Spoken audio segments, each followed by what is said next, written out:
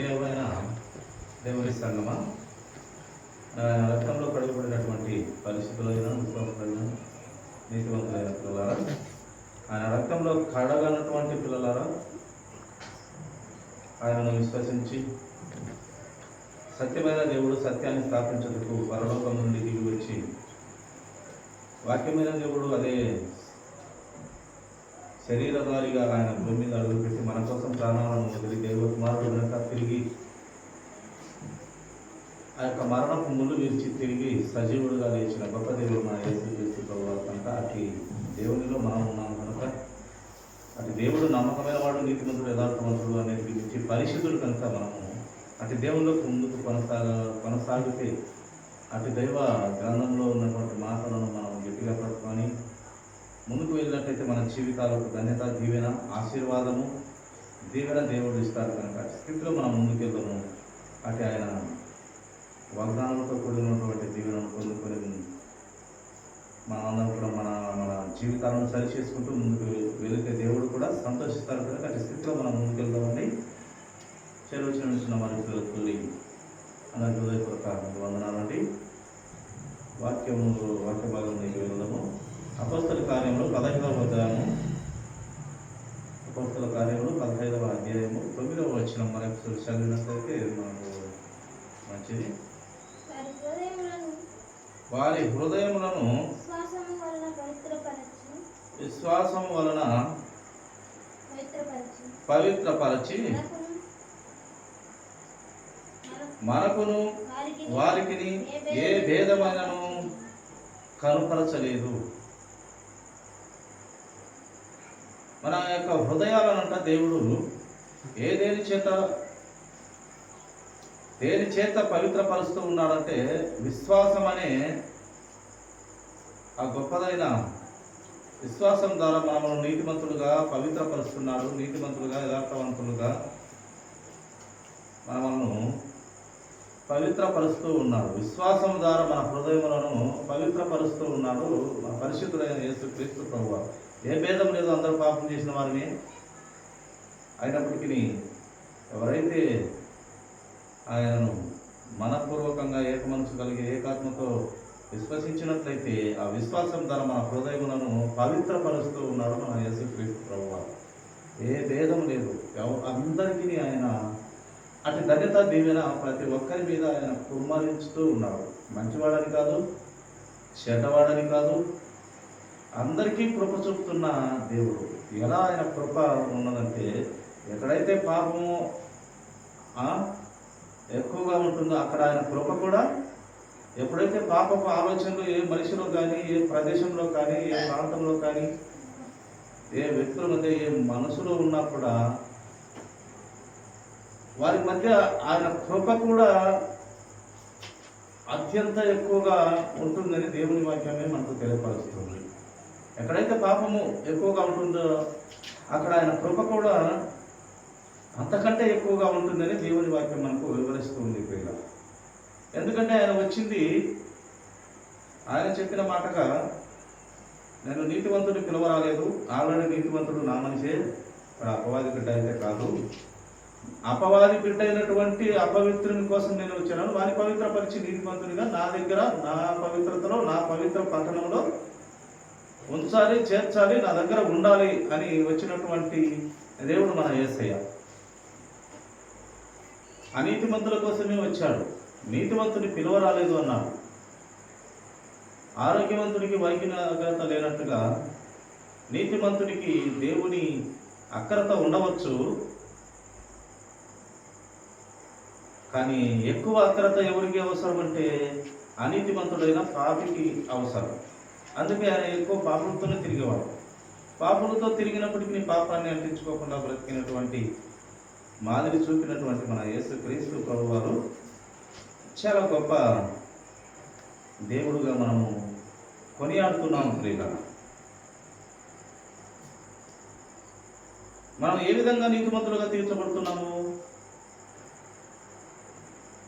రోమీయులకు రాసినటువంటి పత్రిక అపోస్తలుడైన పౌలు గారు 5వ అధ్యాయము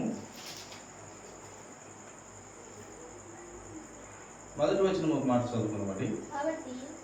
కాబట్టి విశ్వాసము మూలమున మనము నీతిమంతులముగా తీర్చబడి. చూడండి ప్రియ సహోదరి సహోదరుడా, ఏ దాని వలన మనమంట నీతిమంతులుగా తీర్చబడుతున్నాము? విశ్వాసము విశ్వాసము విశ్వాసము.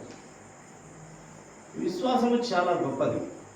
అదే విశ్వాసము క్రియలు లేనిదైతే,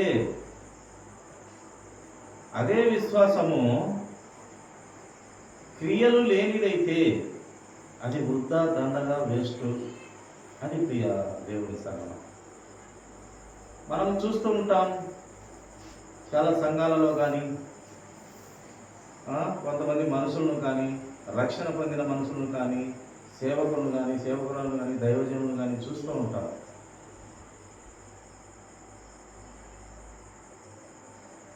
విశ్వాసం ఉంది అంటారు, క్రియలు చూస్తే బాగుండదు. ఆ క్రియలు లేని విశ్వాసము వేస్ట్ అని దేవుని వాక్యం మనకు తెలియపరుస్తుంది. క్రియలు విశ్వాసం లేకుంటే, క్రియలు లేకుంటే విశ్వాసము కూడా మృతమే. అలాగే విశ్వాసము మృతమై ఉన్న క్రియలు ఉన్నా కూడా ముందు నీకు విశ్వాసమే లేదు కదా. ప్రభు పరిశుద్ధుడైన ప్రభు పట్టణముకు నేను చేరుతాననే విశ్వాసమే నీకు లేనప్పుడు, నీ క్రియలు బాగున్నప్పుడు నీకు వ్యర్థుడవే అని వాక్యం నాకు చదువుతుంది. రెండు కూడా చాలా గొప్పదైన మాటలు. చాలా బ్యాలెన్స్డ్గా మనము ముందుకెళ్లాల్సిన పరిస్థితిగా మనకు కనపడుతుంది. రెండు ఉండమని దేవుని వాక్యం తెలియపరుస్తుంది. విశ్వాసం ఉండాలి.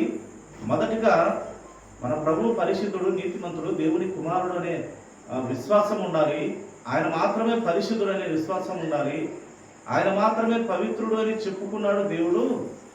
ఆ చెప్పుకున్న దేవుడు నీతిమంతుడు, యథార్థవంతుడు, పరిశుద్ధుడు, ఆయన నమ్మదగిన దేవుడు అనే విశ్వాసము నీకు నాకు అందరికీ ఉండాలి. బాప్తిసం తీసుకున్న ప్రతి ఒక్కరికి ఆ విశ్వాసం ఉండాలి. ఆ విశ్వాసంతో పాటు ఏముండాలి? క్రియలు క్రియలు క్రియలు క్రియలు క్రియలు. ఆ క్రియలిగిన సరిగా లేకున్నట్లయితే ఎందుకయ్యా మన బ్రతుకులు అనిపించేలా మరి ఒకరికి అర్థమవుతుంది. ఎందుకు ఆ బ్రతుకెందుకు మనకు అని వేరొకరు అనుకుంటే దానివల్ల దేవుని నామము దూషణ పాలవుతుంది అన్నమాట. నేను దేవుని బిడ్డనే, నేను విశ్వాసము క్రియలు ఉన్నాయని చెప్పుకుంటారు కానీ కనపడవు. విశ్వాసం అయితే అంత ప్రభు నమ్ముతాను, ఆయన పరలోక రాజ్యములో మన కోసము ఆ పట్టణం కట్టాడు, బాప్తిసం తీసుకున్నాను, ప్రభు చెంతవ చేస్తాను,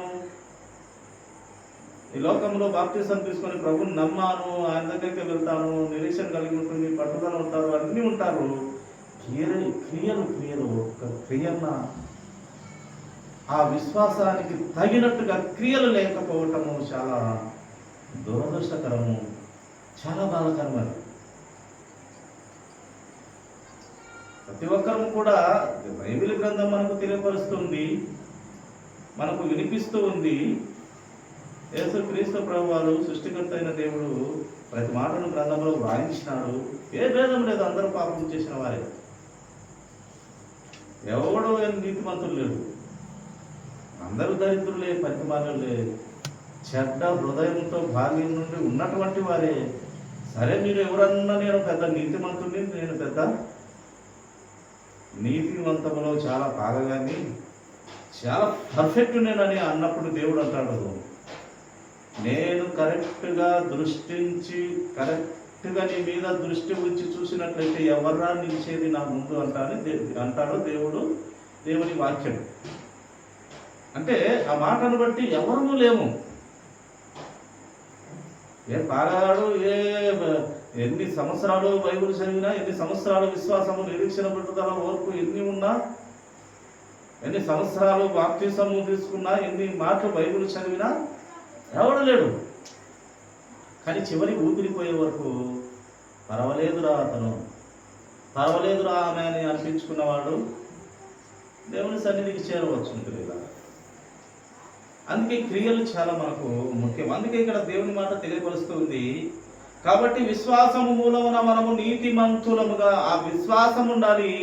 ఆ విశ్వాసం ద్వారా మనం నీతిమంతులు అవుతున్నాము. నీతిమంతులు అవటకు కారణము మన క్రియలు. మన క్రియలు సరిగా ఉంటే నీతిమంతులం అవుతాము, సరిగా లేకుంటే నీతిమంతులం ఎలా అవుతాము?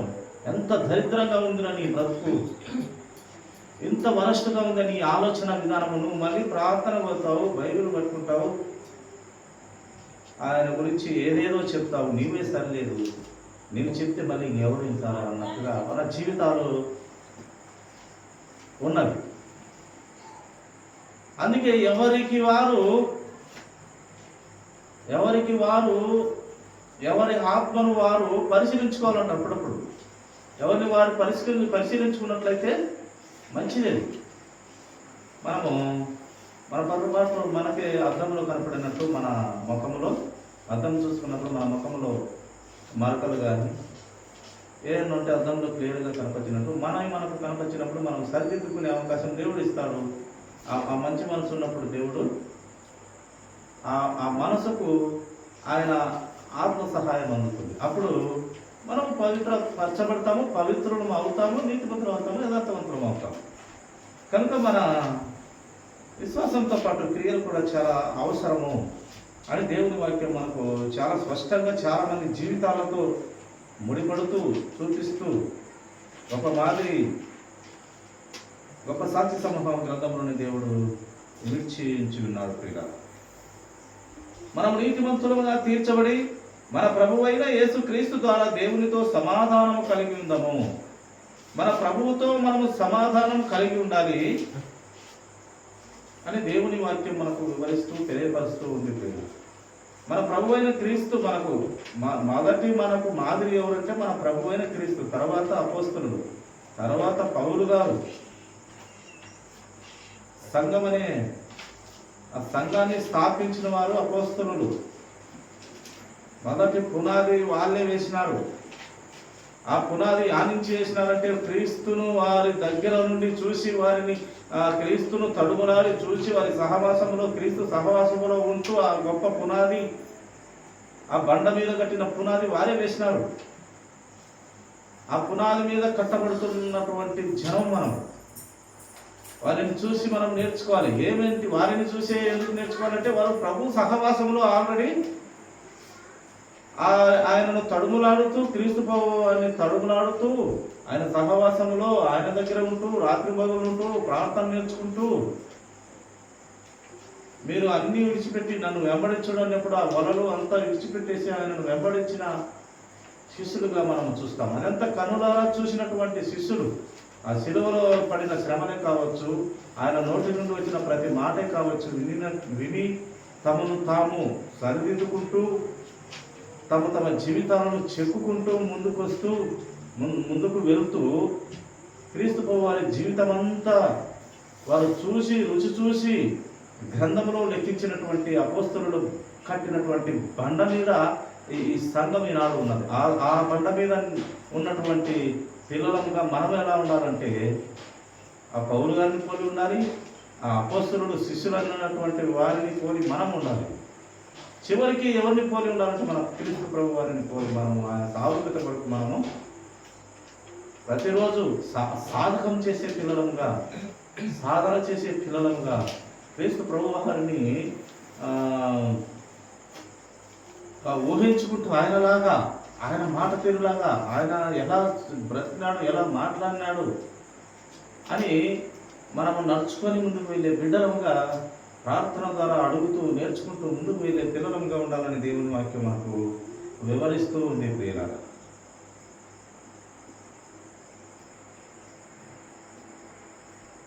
యాకోబు రాసినటువంటి పత్రిక 2వ అధ్యాయము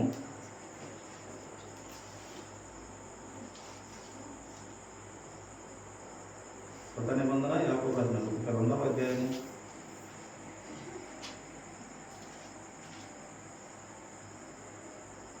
24వ వచనం.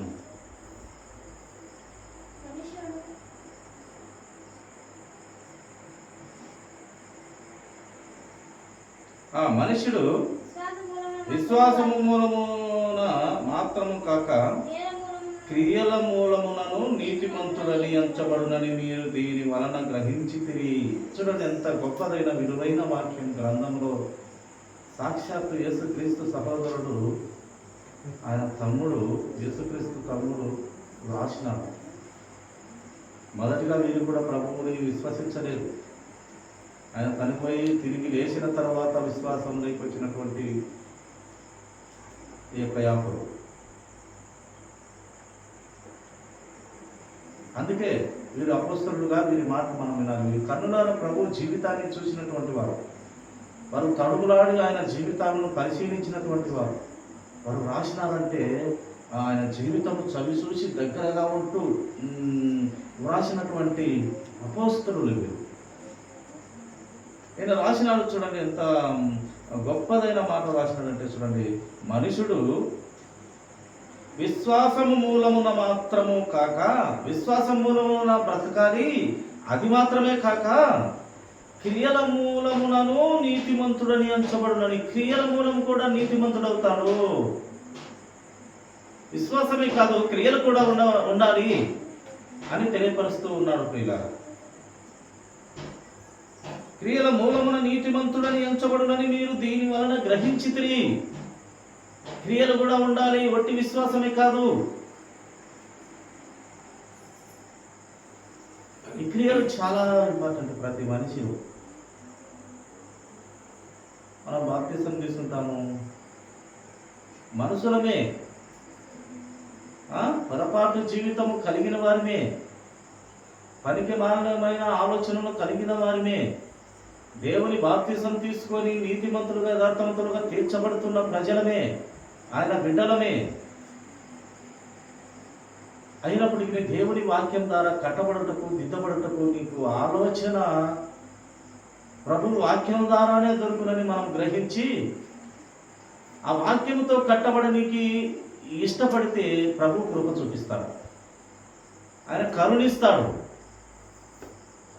అయ్యో ప్రభువా, మనిషిని బలహీనుడిని ప్రభువా, మట్టి శరీరం ధరించుకున్న నేను ఇదో ఈ టైంలో, ఈ సమయంలో, ఈ రోజున నేను పొరపాటు బాప్తిసం తీసుకున్నాను, నీ మందిరానికి నడుస్తున్నాను, నీ సారూప్యత కోసం ఆశపడి ఉన్నాను, కానీ ఈ శరీరంతో పుట్టినందున ఈ రోజు ఈ యొక్క చెడ్డ ఆలోచన కలిగి ఉన్నందుకు ప్రభు, నాకు ఆ ఆలోచన నుండి నన్ను బయట ప్రభు, ఈరోజు ఈ మాట పొరపాటున పలికిన ప్రభు, ఈ మాట నుండి నెక్స్ట్ తూరి మళ్ళీ తిరిగి మళ్ళీ యొక్క రోజులో, మళ్ళీ యొక్క సమయంలో ఈ పొరపాటును మళ్ళీ చేయకుండా అటు ఆలోచన నాకు దయచేయి ప్రభు అంటే మన ప్రభువు ధారాళంగా నీ మనసును మార్చగలిగిన సమర్థుడైన శక్తివంతుడైన ప్రభువు మన ప్రభువు. అందుకే మనము బలహీనులమే, బుద్ధిహీనులమే, పనికిమానులమే, బాల్యం నుండి మన హృదయం చెడ్డదని చెప్పినటువంటి దేవుడు గొప్పవాడు. ఆయన అర్థం చేసుకుంటాడు. మట్టి వంటి పురుగుడు, పవిత్రుడు కానేరుడు అయినప్పటికీ తను వాక్యంతో కట్టబడడానికి ఇష్టపడుతున్నాడు. పొరపాటు చేశాను, పొరపాటుగా మాట్లాడినాడు, ఆ మాటను దిద్దుకోనికి మళ్ళీ క్షమాపణ అడుగుతున్నాడు. నా పాదాలు పట్టుకొని మళ్ళీ ఈ పొరపాటు చేయకుండా నీకు జ్ఞానం ఏమి ప్రభు అని అడుగుతున్నాడు అనేసి, ఆయన జ్ఞానవంతుడు, ఆయన పాదాల చేత జ్ఞానం గుప్త నిధులుగా ఉన్నది. ఇటు ఆలోచన విధానం గొప్పది అని మన ఆలోచన మార్చేసి దేవుడు మంచి మనసు ఇవ్వనికి అట్టిదైన ఆత్మను మనకు ప్రసాదిస్తాడు దేవుడు. అటు మనసు మన హృదయాలకు, మన మనసుకు కుమ్మరిస్తాడు అటు ఆలోచన. అంటే ఆ యొక్క చెడ్డ తలంపు, ఆ యొక్క సైతాను ఆలోచన తీసివేస్తాడు. పరిశుద్ధమైన మనసుతో మంచి ఆలోచన ఇస్తాడు, దిద్దుకునే అవకాశం ఇస్తాడు, మారు మనసు కలిగి మంచి ఆలోచన ఇస్తాడు. అయితే ఒప్పుకున్నవాడు గొప్పవాడు, సరి చేయబడే ఆలోచన వచ్చినవాడు గొప్పవాడు. గర్వంతో అంటాం, కానీ గర్వంతో మనిషిని అంటాం. పాపము శరీరం ధరించుకున్నాం కాబట్టి ఆ అన్న తర్వాత బాధపడి ప్రభు దగ్గర కానీ లేదా అన్న వ్యక్తి దగ్గర కానీ ఇలా పొరపాటైంది, ఈ మాట నేను అనిండకూడదు, నన్ను ఈ విషయంలో క్షమించిన ఈ మాట నేను అనిండకూడదు అని ప్రభువుకు అన్న వ్యక్తితో మనం అంటే ఒక మాట, ఆ వ్యక్తి ఎంత సంతోషపడతాడు, ప్రభు ఎంత సంతోషపడతాడు అనేది మనము ధ్యానించాలి ప్రియుల. వ్యక్తి చెప్పకున్నా కనీసం దేవుడికైనా చెప్పుకొని మన తప్పును మనం దిద్దుకునే అవకాశం మనము దేవుని దగ్గర కల్పించుకోవాలి, అడగాలి. అడిగితే ఆయన ధారాళంగా ఇచ్చే దేవుడు మన యేసుక్రీస్తు ప్రభు వారు మాత్రమే. ఆయన ఎనీ క్షణం ఎనీ టైము వాక్శాలత నూతనంగా పుట్టే దేవుడు మన యేసుక్రీస్తు ప్రభు. ప్రతిరోజు ప్రతి క్షణం ప్రతి గడియ వాత్సల్యత అనగా ప్రేమ ప్రేమ ప్రేమ ప్రేమ ప్రతిరోజు ఎక్కువగా పుట్టే దేవుడు ఎవరయ్యా అంటే మన యేసుక్రీస్తు ప్రభు వారే పిల్లాడు. అంటే దేవుడిని కలిగి ఉన్నామా? అంత మహానుభావుణ్ణి, అంత సర్వశక్తి సంపన్నుని కలిగి ఉన్నామా?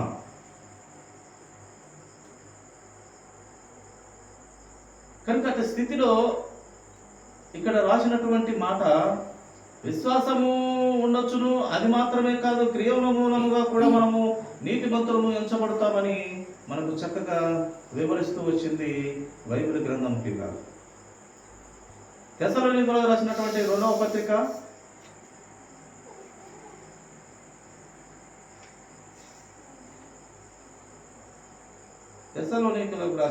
2వ పత్రిక 1వ అధ్యాయము 3వ వచనం మాట చదువుతాం. సహోదరులారా, మేము ఎల్లప్పుడూ మిమ్మల్ని గూర్చి దేవునికి కృతజ్ఞతాస్తుతులు చెల్లించుటకు బద్ధులమై ఉన్నాము. ఇది యుక్తమే. ఏలైనగా మీ విశ్వాసము బహుగా అభివృద్ధి పొందుచున్నది. మీ అందరిలో ప్రతి వాడును ఎదుటివాని ఎడల చూపు ప్రేమ విస్తరించుచున్నది. ఆ సంఘంలో అంట పౌలు గారు రాస్తూ ఉన్నారు, మేము చెప్పే బోధన పెట్టి మేము కూడా సంతోషిస్తున్నాము. ఆ ప్రేమ ఎలా ఉంది మీ అల్లో మీ దగ్గర అంటే ఎదుటివాని పట్ల రోజు రోజుకు ప్రేమ ఎక్కువగా కనపడుతుందయ్యా, సంతోషము అని భక్తులు ఇక్కడ తెలియపరుస్తూ ఉన్నారు. ఇది ప్రభు కోరేది. ఎదుటివాని ఎడల ప్రేమ రోజు రోజుకు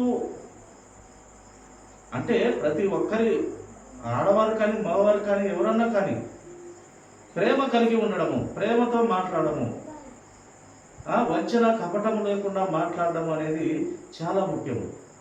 దేవుడు ఆత్మీయంగా ఎదుగుతుంటే సంతోషిస్తాడు, కానీ శారీరకంగా లేక ధన సంబంధమైన పరంగా ఎదుగుతుంటే దేవునికి ఏ సంతోషం లేదు. శరీరపరంగా ధనపరంగా ఎదుగుతుంటే ఏ సంతోషం లేదు, కానీ ఆత్మీయంగా ఒకరి పట్ల ఒకరు ప్రేమ కలిగి ముందుకు ఎదుగుతూ ఉంటే ఆయన సంతోషించే దేవుడుగా మనకి లేఖనం ద్వారా కనపడుతూ ఉంది. ఇలా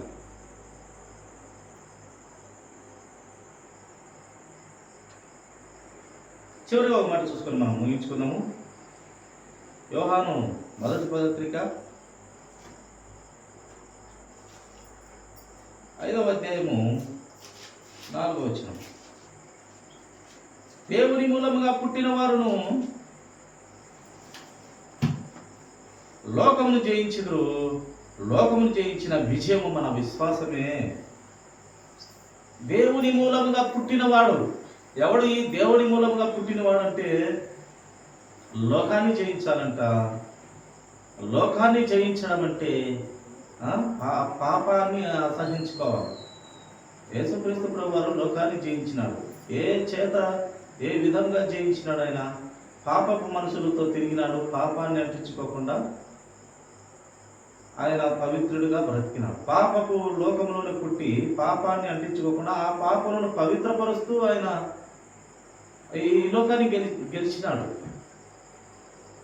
మరణమయ్యి ఆ మరణాన్ని మళ్ళీ గెలిచినాడు.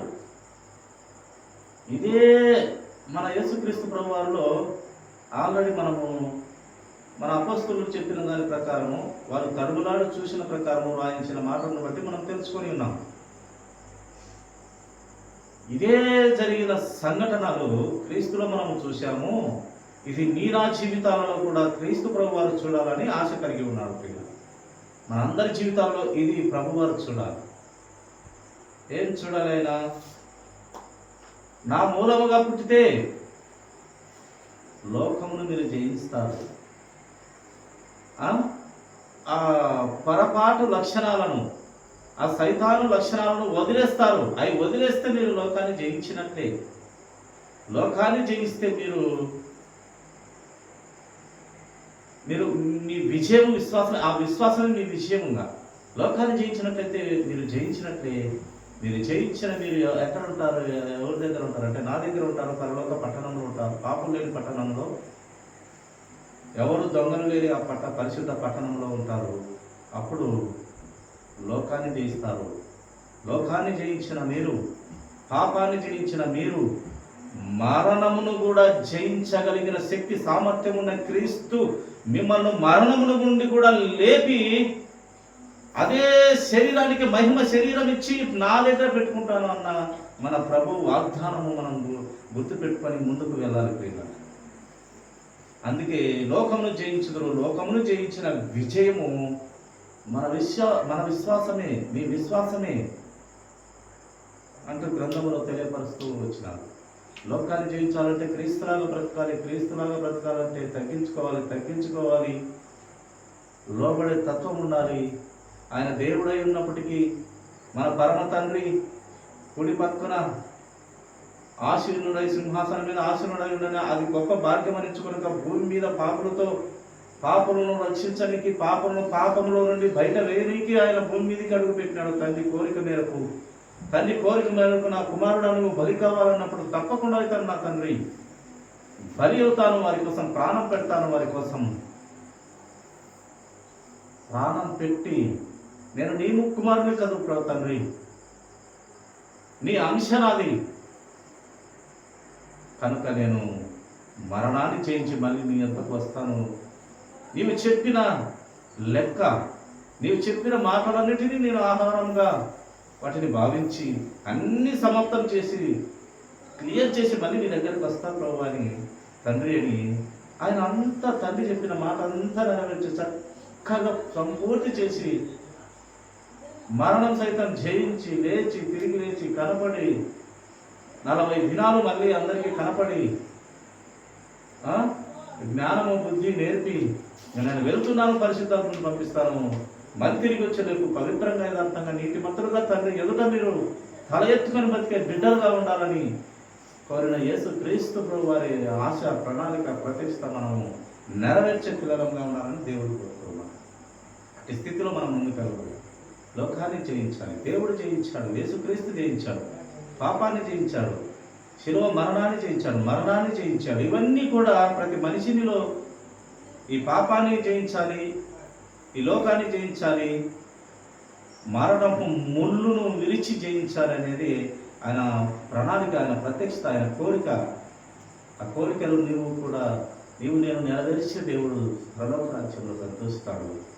మన పరమ తండ్రి కాదు, మన పరమ తండ్రి కుమారుడు యేసుక్రీస్తు ప్రభు వారే కాదు, మన పరిశుద్ధాత్మ దేవుడే కాదు, అక్కడ ఉన్నటువంటి 24 పెద్దలు, కెరూబులు, శరాబులు, అనేక కోటాను కోట్ల దేవదూతలు కూడా సంతోషపడతారు. ఒక పాపి మారు మనసు పొందితే, ఒక పాపి పరలోక రాజ్యం చేరితే, ఒక అత్యల్పుడు పరలోక రాజ్యంలో చేరితే యోహాను కంటే గొప్పవాడని, బాప్తిసం ఇచ్చు యోహాను కంటే గొప్పవాడని దేవుని వాక్యం తెలియపరిచింది. అంటే ఒక అల్పుడికి చూడండి, బాప్తిసం ఇచ్చు యోహాను అంటే సామాన్యమైన వ్యక్తి కాదు, ఆయన ఈ లోక మనిషి కాదు, ఆయన పరలోకం నుండి పంపబడినటువంటి బాప్తిసం ఇచ్చు యోహాను కంటే గొప్పవాడే ఒక సాధారణమైన మనిషిని గ్రంథం తెలియపరుస్తుందంటే పరలోకం నుండి పంపబడిన వారి కంటే గొప్పవాడు అని ఒక సాధారణ మనిషికి దేవుని వాక్యం మనకు తెలియపరుస్తూ ఉంది ప్రియులారా.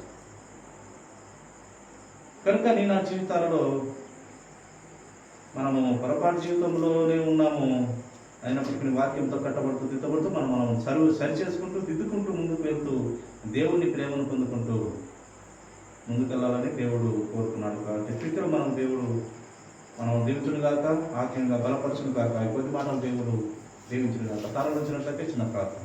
మహాపరిశుద్ధులైన ప్రభాస్